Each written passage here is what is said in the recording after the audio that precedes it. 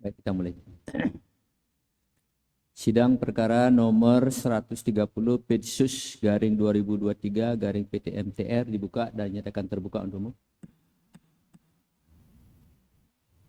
Putusan nomor 130 Petsus garing 2023 garing PT MTR demi keadilan berdasarkan ketuhanan yang Maha Esa, Pengadilan Tinggi Nusa Tenggara Barat di Mataram yang memeriksa dan mengadili perkara-perkara pidana dalam tingkat banding menjatuhkan putusan sebagai berikut dalam perkara terdakwa. Nama lengkap Samsudin, identitas lengkap termuat dalam putusan. Terdakwa ditahan di rutan oleh penyidik sejak tanggal 14 Desember 2022 sampai dengan sekarang. Terdakwa didampingi penasihat hukum yang bernama Alwi SH, kantor hukum Andre Meyansyah SH dan rekan, beralamat di Jalan Lintas Sumbawa, Desa Bara, Kecamatan Woja, Kabupaten Dompu, berdasarkan surat kuasa khusus nomor 180 garing SKH garing 2023 garing PN Dompu tanggal 14 Agustus 2023.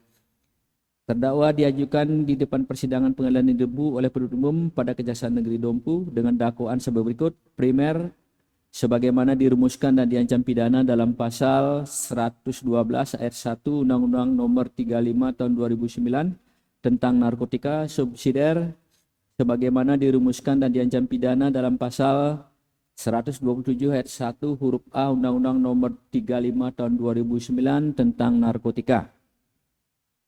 Menimbang bahwa terhadap dakwaan penuntut umum tersebut, terdakwa atau penasihat hukum terdakwa telah mengerti isi dan maksudnya, serta selanjutnya tidak mengajukan keberatan. Pengadilan tinggi tersebut membaca penetapan Ketua Pengadilan Tinggi Nusa Tenggara Barat di Mataram nomor 130 Petsus garing 2023 garing PT MTR tanggal 24 Agustus 2023 tentang penunjukan majelis hakim yang memeriksa dan mengadili perkara dalam tingkat banding. Membaca penetapan Ketua Majelis Hakim nomor 130 garing Petsus garing 2023 garing PT MTR tanggal 24 Agustus 2023 tentang penetapan hari sidang.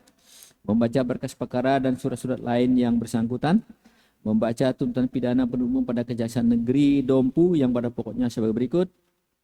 1. Menyatakan terdakwa Samsudin telah terbukti secara sah dan meyakinkan bersalah melakukan tindak pidana tanpa hak atau melawan hukum, memiliki, menyimpan, menguasai atau menyediakan narkotika golongan 1 bukan tanaman, melanggar pasal 112 ayat 1 Undang-Undang 35 tahun 2029 tentang narkotika sebagaimana dakwaan primer penuntut umum. Membebaskan terdakwa Samsudin dari dakwaan subsidiar penuntut umum, menjatuhkan pidana oleh karena itu dengan pidana penjara selama 5 tahun dikurangi masa penangkapan dan penahanan yang telah dijalani terdakwa dan denda sebesar 800 juta rupiah dengan ketentuan apabila denda tersebut tidak dibayar diganti dengan pidana penjara selama 3 bulan dan seterusnya selengkap termuat dalam putusan. Membaca putusan Pengadilan Negeri Dompu nomor 58 Petsus garing 2023 garing PN Dompu tanggal 8 Agustus 2023 yang amarnya berbunyi sebagai berikut. Mengadili 1. Menyatakan terdakwa Samsudin tersebut di atas telah terbukti secara sah dan meyakinkan bersalah melakukan tindak pidana sebagaimana dalam dakwaan primer penuntut umum. 2. Menjatuhkan pidana terhadap terdakwa oleh karena itu dengan pidana penjara selama 6 tahun dan denda 800 juta rupiah. Dengan ketentuan apabila pidana denda tersebut tidak dibayar, maka diganti dengan pidana penjara selama 1 bulan. Menetapkan masa penahanan penangkapan yang telah dijalani terdakwa dikurangkan seluruhnya dari pidana yang dijatuhkan, dan menetapkan agar terdakwa tetap ditahan dan seterusnya selengkapnya termuat dalam putusan. Membaca akte permintaan banding masing-masing nomor 58 garing akte Petsus garing 2023 garing PN Dompu yang dibuat oleh Panitera Pengadilan Negeri Dompu yang menerangkan bahwa pada tanggal 14 Agustus 2023 baik penasihat hukum terdakwa maupun penuntut umum pada Kejaksaan Negeri Dompu mengajukan permintaan banding terhadap putusan Pengadilan Negeri Dompu nomor 58 garing Petsus garing 2023 garing PN Dompu tanggal 8 Agustus 2023. Membaca relas pemberitahuan permintaan banding yang dibuat oleh jurusita Pengadilan Negeri Dompu masing-masing nomor 58 garing Petsus garing 2023 garing PN Dompu yang menerangkan bahwa pada tanggal 15 Agustus 2023 permintaan banding dari penasihat hukum terdakwa tersebut telah diberitahukan kepada penuntut umum dan permintaan banding dari penuntut umum tersebut telah diberitahukan kepada penasihat hukum terdakwa. Membaca memori banding tanggal 16 Agustus 2023 yang diajukan oleh penasihat hukum terdakwa yang telah diterima di Kepanitiaan Pengadilan Negeri Dompu tanggal 18 Agustus 2023 berdasarkan surat kuasa khusus tanggal 14 Agustus 2003 nomor 03/SKK.PID/DPU/10 Romawi /2023 yang telah didaftar di Kepanitiaan Pengadilan Negeri Dompu tanggal 14 Agustus 2023 dengan nomor register 180/SKH/2023/PNDPU dan memori banding tersebut telah diserahkan salinan resminya kepada penuntut umum pada tanggal 18 Agustus 2023. Membaca memori banding tanggal 25 Agustus 2023 yang diajukan oleh penuntut umum yang telah diterima di Kepanitiaan Pengadilan Negeri Dompu tanggal 25 Agustus 2023 dan memori banding tersebut telah diserahkan salinan resminya kepada penasihat hukum terdakwa pada tanggal 28 Agustus 2023. Membaca kontra memori banding tanggal 25 Agustus 2023 yang diajukan penuntut umum yang diterima di Kepanitiaan Pengadilan Negeri Dompu tanggal 25 Agustus 2023 dan telah diserahkan salinan resminya kepada penasihat hukum terdakwa pada tanggal 28 Agustus 2023. Membaca relas pemberitahuan untuk mempelajari berkas dan membaca akte tidak mempelajari berkas perkara banding dari Panitera Pengadilan Negeri Dompu masing-masing tanggal 24 Agustus 2023 nomor 58 Pedsus/2023 PNDPU yang menerangkan bahwa baik terdakwa atau penasihat hukum terdakwa maupun jaksa penuntut umum tidak datang menggunakan haknya untuk mempelajari berkas perkara sebelum dikirim ke Pengadilan Tinggi Nusa Tenggara Barat. Menimbang bahwa permintaan banding oleh penasihat hukum terdakwa dan penuntut umum telah diajukan dalam tenggang waktu dan menurut tata cara serta syarat-syarat yang ditentukan dalam undang-undang. Oleh karena itu, permintaan banding tersebut secara formal dapat diterima. Menimbang bahwa penasihat hukum terdakwa telah mengajukan memori banding tanggal 16 Agustus 2023 yang pada pokoknya sebagai berikut yang tidak kami bacakan termuat dalam putusan ini.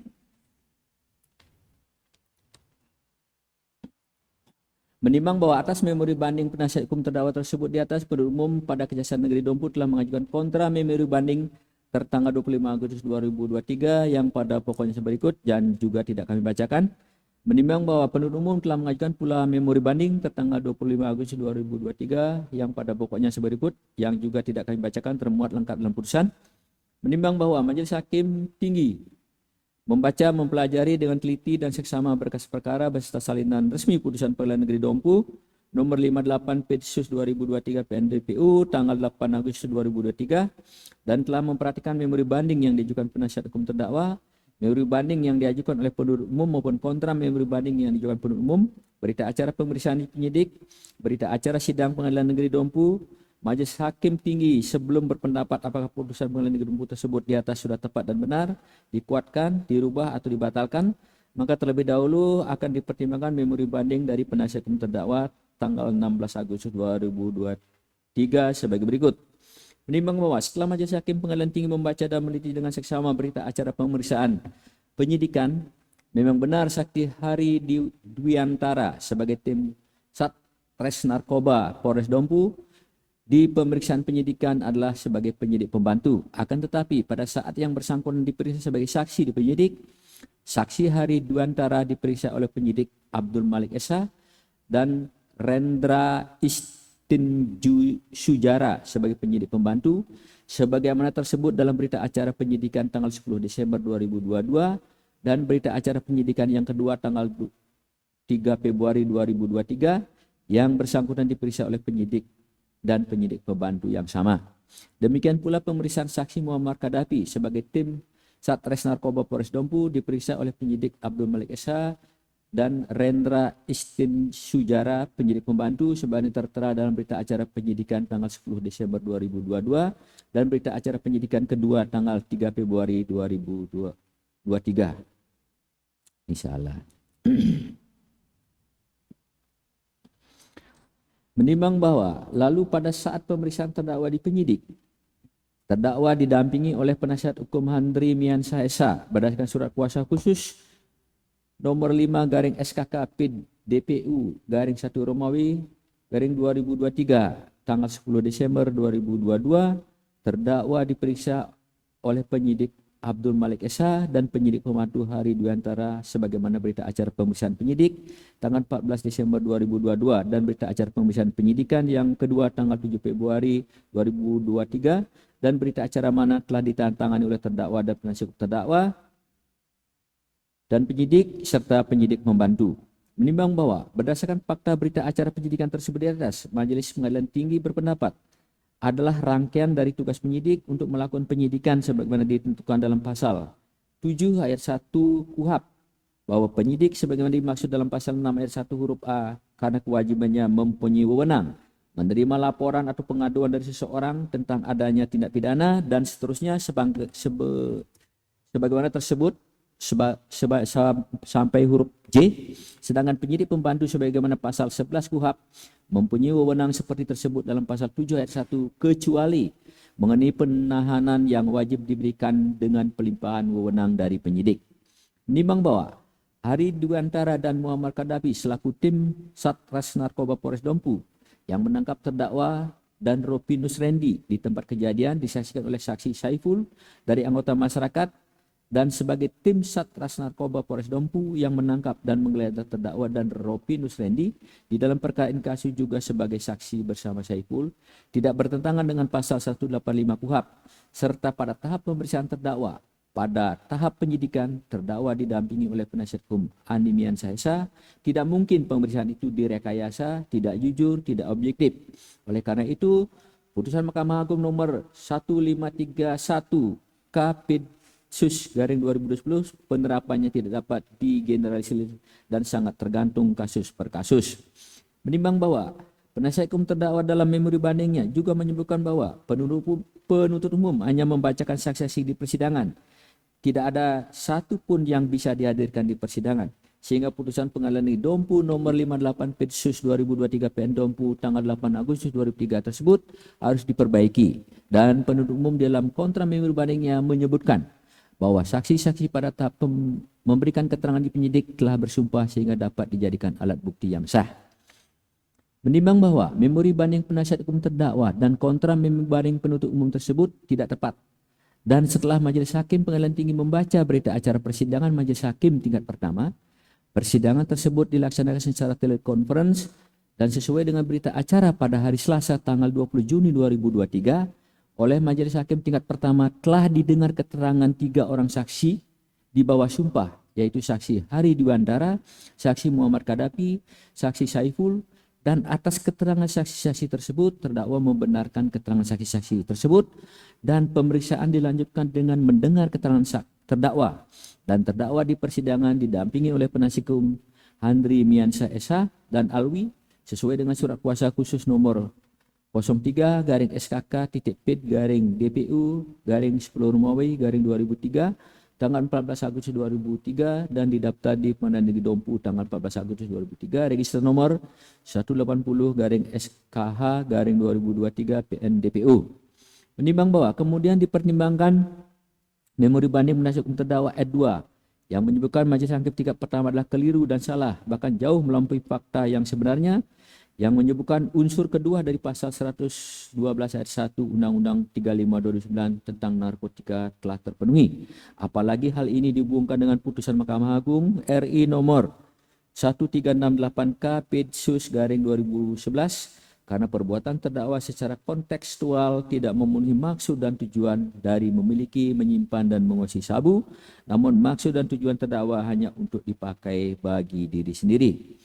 Menimbang bahwa tentang hal ini Majelis Hakim Pengadilan Tinggi berpendapat bahwa sesuai dengan fakta-fakta yang terungkap dalam persidangan pada hari Jumat tanggal 9 Desember 2022 pukul 22.30 WITA bertempat di pinggir jalan raya Dusun Kuangko, Desa Kuangko, Kecamatan Manggelewa, Kabupaten Dompu, saksi Hari Dwiantara dan saksi Muammar Gaddafi telah melakukan penangkapan dan penggeledahan terhadap terdakwa Samsudin yang disaksikan oleh saksi Saiful.